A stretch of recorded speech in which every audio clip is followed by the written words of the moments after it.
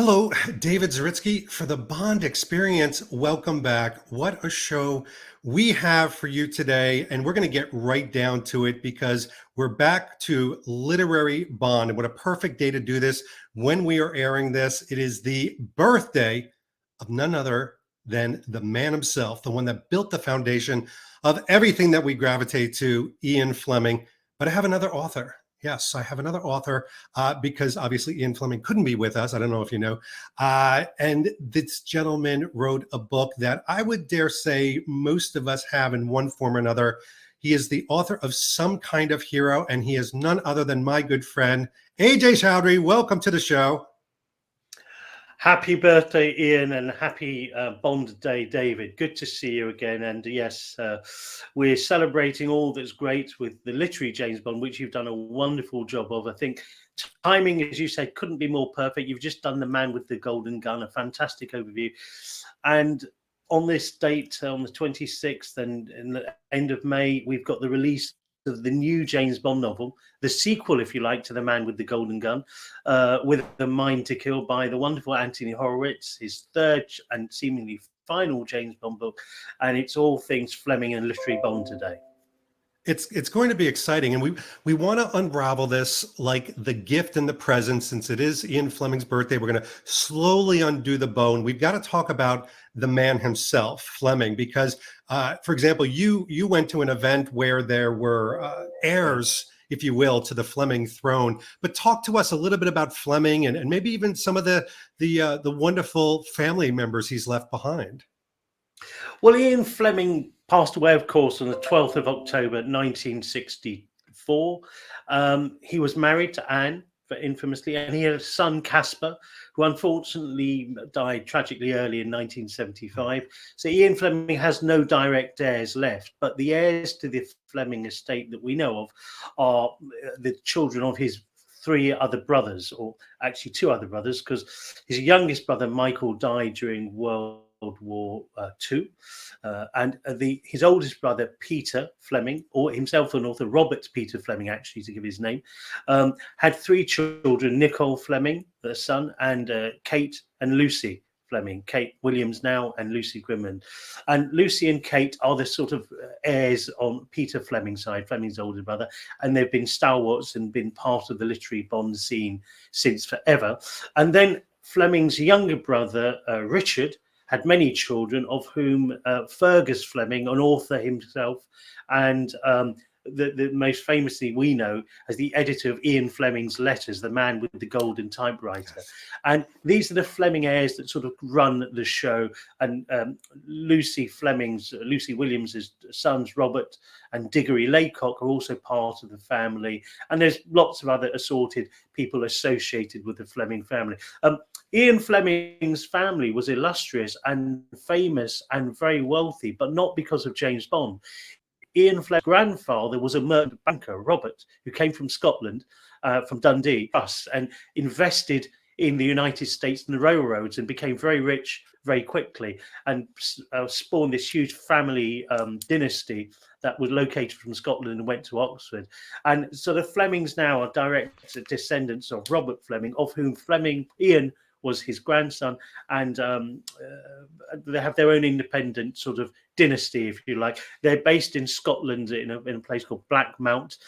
They say that Skyfall Lodge was based on that Fleming heritage. And the great myth about Ian Fleming was that he gave James Bond a Scottish heritage because of Sean Connery, but that's actually not true. It's actually he had his own Scottish heritage, which he drew from. But that's one of the things that one of the many interesting bits of Fleming on. So that's the background to who was there and who runs the ship, so to speak, now. And what again, for the newbie, I raise my hand and include myself. What do they do? Are they sort of the filter? Do they make sure that everything is held to a certain regard and level? Yeah, I think so. Ian Fleming, before even Casino Royale was published, he didn't keep the copyright in his own name. He vested it in a company called Glidrose Publications Limited. This was a tax efficient thing. Fleming, from the very beginning, believed in himself and wanted these books to be financially successful. So that was the vehicle Fleming used, and Glidrose Productions begat as a limited company, became Ian Fleming Publications Limited, when the family bought back the literary rights from the person Ian had sold it to just before his death for tax reasons. And so the family bought it back, and now it's Ian Fleming Publications Limited. And they basically, they're a niche publisher. It's rather like the Bond films. Dan Jack and Eon Productions are run by the heirs of Cubby Broccoli, Barbara Broccoli and Michael G. Wilson. The Fleming family run this wonderful IP, this literary thing, which is quite rare in popular culture, that the same family, the same continuous line, run a very popular entertainment brand. And of course, they do the contemporary Bond novels, which, you know, after Ian died, you had Colonel's Son by Robert Markham, aka Kingsley Amis. Then you had John Gardner, Ian Fleming's most prolific successor, writing 14 original Bond books from 1981 and 2 novelizations. Then you have the wonderful Raymond Benson, who wrote 6 original books following on from John Gardner, and 3 novelizations and 3 short stories. And then from 2008 onwards, you had the centenary book, Ian Fleming's centenary book, Sebastian Faulk's Devil May Care. Then you had the American author Jeffrey Deaver contemporizing Bond in Carte Blanche in 2011. Then you had a classic sort of English literature writer, William Boyd, taking us back to 1969 in Solo in 2013. And from 2015 to date, we've had Anthony Horowitz writing 3 wonderful books, cleverly sort of weaving in and out of the Fleming chronology. His first book, Trigger Mortis, was a sequel, if you like, to Goldfinger, or took place after the events of Goldfinger.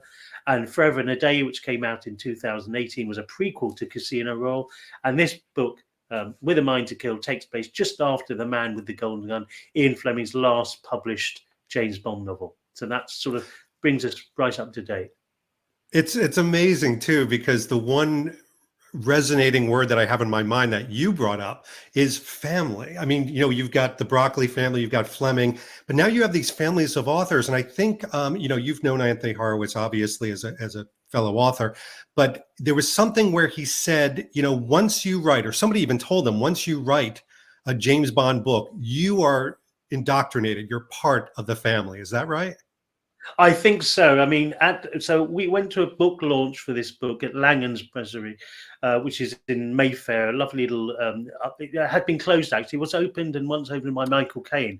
And over COVID, it was closed, much to the sadness of a lot of Londoners, but it reopened. They've refurbished in the upstairs bar, very 60s, very Bondian, although it's never really featured in any Bond thing. It did feature actually in a John Gardner novel, No Deals Mr. Bond. It's on the same street as his heroine's hair salon, and it's also the venue at a party where John Taylor of Duran Duran asked Cubby Broccoli whether we should do the next Bond song or not. So it was at Langan's. So that's the tangential history of Langan's with James Bond. But yeah, it was a wonderful gig, and champagne was flowing naturally, and lots of wonderful people were there. The aforementioned Fleming family, and wonderful people like Charlie Higson, who wrote a wonderful series of young Bond books. He really re-established the brand, and Charlie Higson is a comedy legend in the UK. He's a writer and performer. His show with Paul Whitehouse, The Fast Show, was a favourite of Johnny Depp's. I don't know if we're supposed to mention that these days, but it was funny. You a really good classic show. And Charlie is also a wonderful co-writer of a show called Down the Line, which was televised as Bellamy's People. Really funny guy. Really one of the classic English comedy writers.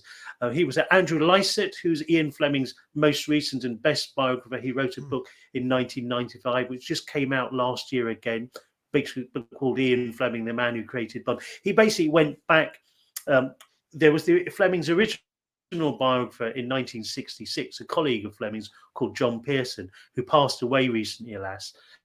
He wrote the first, and some say that the most agenda-setting biography, Ian Fleming, in 1966. He then wrote a fictional biography of James Bond in 1973, which is a very clever pastiche mix of reality and fiction. So Andrew Lycett was there, and a range of people in the James Bond community. Matthew Field, my co-author of Some Kind of Hero, was there representing the Ian Fleming Foundation, the American registered charity that preserves the work of Ian Fleming. We had Mark Witherspoon, designer who represented Anders Frages from Sweden with Love. We had a number of book collectors, Alan Tong, who's got the wonderful collection of, rather like the lifestyle deep dish collecting. These books are incredibly collectible and valuable. And Fleming himself was a book collector. John Gilbert is a wonderful Fleming expert from Adrian Harrington Rare Books. He's also written a wonderful bibliography of James Bond, very detailed. He was there, and a range of people, including other thriller commentators and writers like Mike Ripley, and a number of the Ian Fleming family sponsor a Silver Dagger Award for thriller writing. A number of judges were there, and it was a good fun. MI6 HQ were there, and a bunch of other people. That's fantastic. Yeah, I loved your coverage of it. We'll leave a link below because I think the coverage of the book, which we'll get into in a second, is fantastic. The actual meeting of the people behind the scenes is sometimes a whole other fascinating journey that we can take through some of your writing. But let's dive into the book, because you mentioned something earlier, the very last Bond book club, which, please give yourself some deference here in the sense that you were at least 50% of the brainchild of the whole hashtag Fleming reading challenge, which started with no exaggeration, a lot of young people and older people reading the book, some for the very first time. And it started on this whole range. And we just finished up with one of the last ones, of course, The Man with the Golden Gun. And just by sheer coincidence, of course, now this particular video is speaking about the continuation. Now, staying away from spoilers, Ajay, and judging by the many versions of the book you have behind your right shoulder, what can you tell us about this story in this book? Yeah, this story about this is moving with a mind to shill. The book sets Bond at the end of The Man with the Golden Gun. Bond is sort of left in a sort of funny state. He's been brainwashed to kill M in the beginning, and this book takes that conceit. I'm trying not to spoil it, and does a very clever thing. Sends Bond back to Russia, as if he's still brainwashed, and to find out Bond becomes immersed in the heirs to Smersh, that awful Russian organization, Soviet-era Russian organization, who have they need Bond to be part of and a pawn of. But a lot of the book is set in Leningrad and Moscow during the Soviet era, and Bond is basically fraternizing with a icily efficient forensic psychiatrist, Katya Leonova, and she's the love interest. And there's a kind of very deep love story and exchange of views and ideology. We delve deep. It's quite a novelistic, rich, deep dive into a war of ideologies, a war of sexes. It's with a mind to kill, but it's a competing set of different thoughts and mind views. And the book delves deep, but Anthony Horowitz has done some clever things. He uses the basis of Bond's attitude in Thrilling Cities and a few quotes to flavor Bond's attitude. So Bond is sort of brainwashed in Soviet era by going to museums and seeing all these boring cultural artifacts, which Bond couldn't give a fig about, and says so. And he has some fun at pretentious culture experts' advice, and then slowly they form I think quite a believable love story, which is important for the movie. And then there are some lovely sequences set in Moscow in Soviet era, and some as Bond enjoys lots of vodka and caviar. And then finally Bond, there's a wonderful denouement in East Berlin involving an opera sequence, and then the famous, well, not Checkpoint Charlie, but a border crossing. There's a spine-tingling ending which will leave readers very surprised and gagging for more, I suggest. It's a wonderful, opaque ending to what seems to be Anthony Horowitz's trilogy. Horowitz writes really well in this. He sets it off in London, and there's some wonderful action sequences. There's a terrific scene on Tower Bridge, the famous bridge that opens up like that, and a kind of clever boat chase. Now, I don't want to make it sound filmy because it's not, but he uses technical things to. There's a nice clever bits of writing there. There's a terrific fight on the ornate Moscow underground, and Anthony does some interesting things where he changes perspective at the last minute. Your nails are biting. There's an impossible situation, but he cleverly then reverses the angle, if you like, on the reach. There are lots of these surprises, but it's a very novelistic book. It's that Fleming structure where he sends a fly to the spider's web. Bond is going to in the heart of the villain's organization. The villain, who I don't want to reveal, is a minor character from previous Bond books, including Man with the Golden Gun. A few minor characters reappear, and there's a wonderful kind of continuity. But it's good to have read The Man with the Golden Gun, but the book begins with a little preface beforehand. M and Bill Tanner, all the usual characters are there, James Maloney.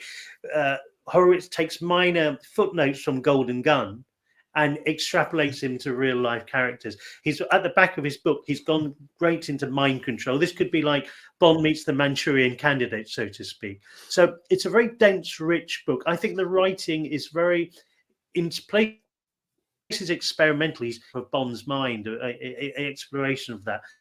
So he's got some quite exciting bits of writing, but it ends with a very classic thriller denouement with a nice switch, a nice twist. And I think it will leave readers satisfied. I think it's actually quite a more literary Bond book than we're used to. His other two, I think, are amongst the best of the successors.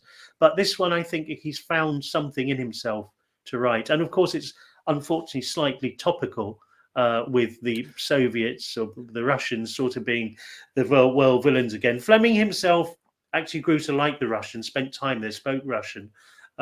But so this is not a castigation of a whole nation, but yes, it certainly co-opts the Cold War theme, which we seem to be back into now. It's an exciting read. It's a different read. It's a development. And I think it's I'd say it's a very satisfying read. Yeah, and I wanted to ask about those two aspects you just mentioned in there. First of all, satisfying. I mean, one of the things that I loved about the other two is it wasn't macking, it wasn't mina birding Fleming, but it had that Fleming essence. There's a certain gravitas and feeling. I've equated it. I was just talking to Joe Darlington. I just equated it to, when you read a Fleming book and you smell the pulp and everything, it almost feels like hallowed ground. And nothing's been able to capture quite that. But do you have this Fleming essence when you're reading this? I think you've got a contemporary Fleming essence. I'm pretty sure that if Ian Fleming was alive today, no one would publish his books. It was a writing of a time and an era. It still lasts. It's wonderful. But I think rather like Bond films, you can't remake Dr. No anymore, whether you'd want to or not. But we've evolved in time subtly. The culture's moved on. And Anthony Horowitz is very much part of that.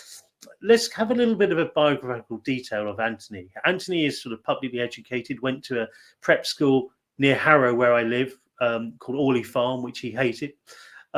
Harrow School is the kind of counterpart to Eton School, where James Bond went. Harrow School is a villagey public school. Public, we mean a exclusive private school with fees in the tens of thousands of dollars. The real James Bond, the ornithologist who Fleming stole his name from, actually went to Harrow School himself. So Anthony Horowitz then had a wonderful career as a TV writer. He wrote TV procedural shows like Inspector Morse, and then was a showrunner of something called Foyle's War, starring Michael Kitchen, who played Bill Tanner in the Pierce Brosnan movies, as this wartime detective sorting out murders during World War II.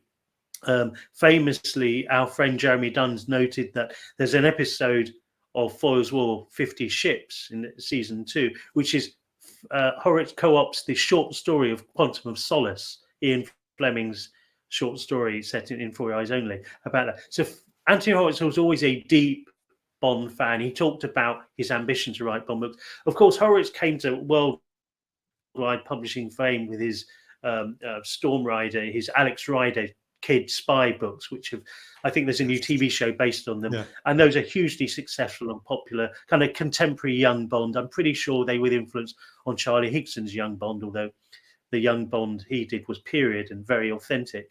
And then, of course, now he writes lots of other thrillers in his own right. And he's also written Agatha Christie spin-offs and famously a Conan Doyle book on Professor Moriarty.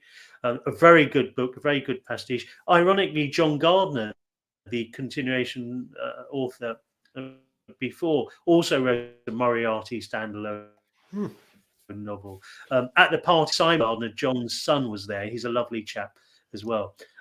So Anthony Horowitz has a deep depth of professionalism in writing, has got the background, and I think he brings that, what Andrew Lycett called that high insider's tone. So Fleming's Bond and that world was very much about glamour and the inside tone, but also knowing the right thing to do that isn't from a textbook. So, you know, people have vodka like this, but I'm going to put pepper in it because it takes the fusel oil down. And even though it's not good for you, Fleming says, well, Bond says, I've grown used to the taste of it. So it might not, his martini has quina lillet. It's not how you're supposed to make a martini. But you know what Fleming said, idiosyncrasizes it, which is all about taking the Bond brand, taking that stuff and just customizing it for yourself. And I think Horowitz does a version of that. You're certainly in the period world. It's certainly exciting. It's less filmy. I mean, there aren't film tropes there, but it's exciting and good, solid writing. I think it's a satisfying read, and I think his 3 books have been deemed very authentic along with the canon. It's always a poison challenge to take over from someone like Ian Fleming, and hell, to take over from an actor playing James Bond, it's hard. So being a Bond writer is a hard gig. But I think what we both do and what you've celebrated, David, and your readers and your viewers have done is to delve back into the world of literary Bond. It's incredibly important, I think, that we sample a Bond book. If you've never read a Bond book before, and Fleming seems a bit hard, I would certainly start with the Anthony Horowitz trilogy. They're a good entry point, but see if you can get to Fleming. And Always sample, they will have their delights as well. they do. But they yeah, do. I think it's pretty well. Well, so I have a quick story that's going to end up for a question for you and a real event. So I had a young man get in touch with me, and he did not discover any of the Bond books until just like into COVID. So he's been consuming them ravenously for about 2 years. And one of the questions he had for me was, do I need to read the Anthony Horowitz books in order? Can I just pick up this new one? Because there's so much excitement online in the Bond community of this book. Everybody's posting a picture of it. You've got something wonderfully unique with the author. He's wondering, can I just jump right to that? How would you answer that young man? I would say jump right to it if you've got the energy. You could probably say, well, you should read Forever and a Day 2018, that's the prequel to Casino Royale. Then you should read Trigger Mortis, his first book, in the middle, and this book last. But I actually don't think they matter. I don't even think, sacrilege, you need to know that much about the previous Bond books to read this. There's a nice précis. They stand on their own. It's a little bit like No Time to Die. When we were wondering about No Time to Die, could you remember Spectre? Should you see that beforehand? In reality, most people, most civilians, needn't have seen them from movies. So like this book works on its own terms. I think Anthony is almost a bit like the Daniel Craig of Bond authors. He's taken the formula that we know and love and really stretched it and contemporized it and made it reach to different generations, different demographics. And I think that young guy is a perfect example. Everyone has their entry point into Bond, and some people haven't read the book, some people read the new book, some people read the Raymond Benson, the Gardeners. They all have their value. So I would say pick up a book and read it. That's important. Or the audio books. I mean, it's interesting. This audio book is read by Rory Kinnear, who plays Tanner in the movies, and the previous audio, Matthew Good read Forever and a Day, a potential Bond, and David Oluwayo, who played Othello against Daniel Craig's Iago on stage. He read Trigger Mortis, which was great. So I think they all have a bit of value to it, and I think it was interesting to see. I think slowly. I mean, I know these books sort of don't have much purchase, say in America. That's hopefully what we're going to try and get people to do. But they're really good reading experiences, I think. You agree, and I think people, especially have gone on that journey. What we've done with you and your book club, what's so wonderfully, by the way, I think this is the next step in that journey. Well, I think you and I have both waved the flags, even in our respective geographies of the literary bond, Yeah, high and large. You know, one of the things before we went on, we were just talking about this, is that I do wish more people in the United States picked up the book. I do wish there was more excitement about it. These types of conversations, I think, will go a long way to preheating that discussion. And I dare say, ultimately, I'd love the opportunity to reconnect and talk about this book in a more specific way with people that have read it, people that have connected with it. And maybe we can do that and generate that excitement. It just takes a few individuals. absolutely. Um, the response to the book here in London is quite good. We're on the eve of the Jubilee of Her Majesty, and so London's alive. We're emerging from COVID. There's even sunshine out there, believe it or not. The Wow, it's promotion of amazing. this book is quite interesting. There are a number of collector's editions. Waterstones has a collector's edition. I might just show it off. It's quite interesting. It's got this whiteboard and Ooh. this 007 type bullet thing. They've got a lovely display in Waterstones Piccadilly with a sort of desk, like a Russian M's desk, and you sort of go there and pretend to be James Bond. They've got these little cards promoting the book. Oh, Goldsborough Books, a specialist bookshop in Charing Cross Lane, has a special blackboarded book, but the actual book itself is fine. Read it in any shape or form. I think it's fun. Um, you've got a little bit of press. It's getting through, but I think things like this will help it. And your viewers, David, you know, it's the even if they don't read it, it's the ultimate lifestyle to have. And these books are collectible, incredibly collectible, and will continue to be so. So unusually, the American cover is exactly the same as the UK cover. Normally, the American cover, I suspect, is usually better than the UK cover, but they've gone for the same cover this time, which is fine. You know, it's probably just standardizing it. But normally I would buy the American cover as well. Maybe I'll have to do that anyway. But yeah, it's all good. I'm sure there are special super duper collector items that I way above my pay grade. But yeah, it's fun. I hope it does well, and we're going to try and get it there. Especially Ian Fleming's birthday. Happy. I mean, Fleming, you once, when our last conversation, you described going to Fleming's grave in Southampton, that beautiful isolated spot.